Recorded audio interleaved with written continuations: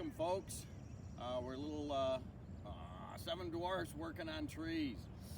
So I've got this crabapple here. We're actually not going to use these pole saws for this particular plant. I'll show you that later. But come on around over here, Janice. So this is a crabapple that's top grafted, which means it's grafted up here. Most trees are grafted at the bottom, but you see there's no bulging area down there. So it's actually grafted up here. So if you look, can you tell how these branches, all of these, right, do not look like these. So if they're below the graft union, they're examples of suckers, right? And you can tell they're really vigorous. Look, they've come in and just topped these off. So of course next year, look, they're already starting to break.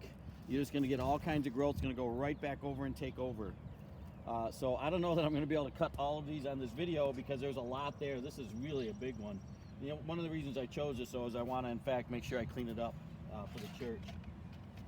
So I'm going to go ahead and get started on a couple of these without poking my eyeballs out.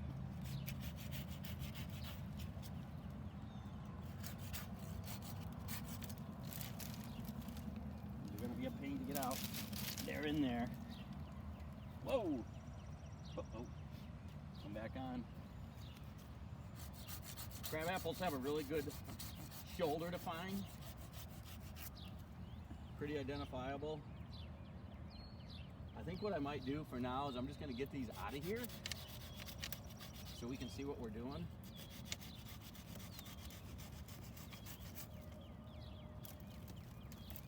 This whole, all this has got to go. Whoa.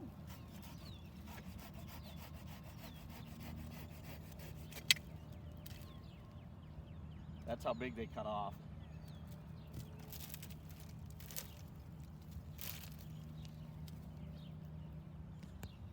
And that one I'm gonna lop.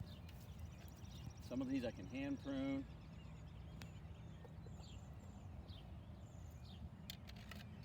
Whoops.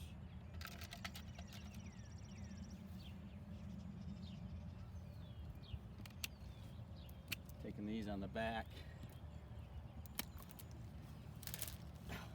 They're just going straight up through there. Classic suckers. So remember when I told you you can push a bit? I'm pushing back. Makes it a little easier to cut it out. So again, I'm leaving this kind of big and nasty for right now. I just want to get it out of my way.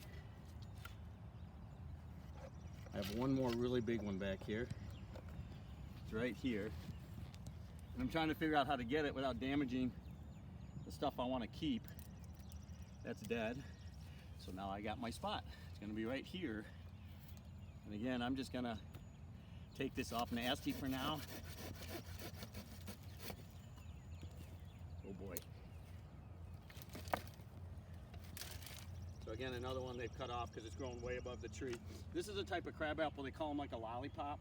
They kind of grow real small on the top of this top graft. And I'm going to use my loppers for this. This will be a bit of a tricky cut.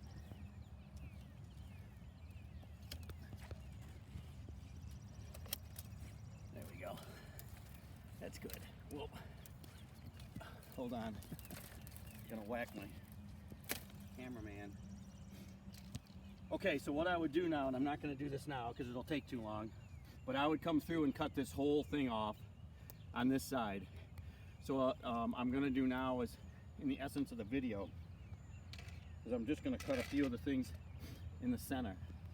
So if you look, we have all kinds of these growing in toward the center. Remember our 7 kinds of wood, crisscrossing, growing into the center. Crab apples are notorious for these. And actually, some of these are dead. Why do you think that is? Whoops. Can't get in here very well. Hold on, I'm gonna switch back to my loppers. Remember, dead wood is harder to cut than live. See if I can fit them in here. So they're dead because they're in the center of the tree. You can see how they're brown. They're in the center of the tree. They're not getting enough light. So they're basically just dying off. The plant's saying, you're not making enough food for us. So you're gonna, should have picked a taller tree. So we're gonna take all the goodies out of you and let you die. Here I got one growing right up through the center too. Watch our eyes. There's another one growing into the center. Again, guys, this is classic for all crabs. If this had been pruned a little bit more when it was younger, it would have minimized some of that. I've got another one crisscrossing in the back. You can't see, but it's pretty bad. Sometimes you just leave crab apples with the crisscrossers because they're so bad, they're too old. But this one's still young enough that we can try to clean it up a little bit. Yeah, this is wrapped around 3 different branches, so I got to cut the same thing 3 times.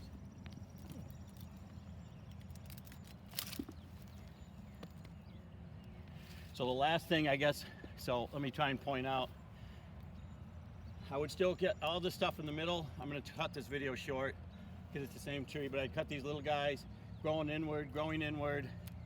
This one here is crossing itself. I'd leave the rest kind of plain out for now. This is a lot of cutting for 1 year.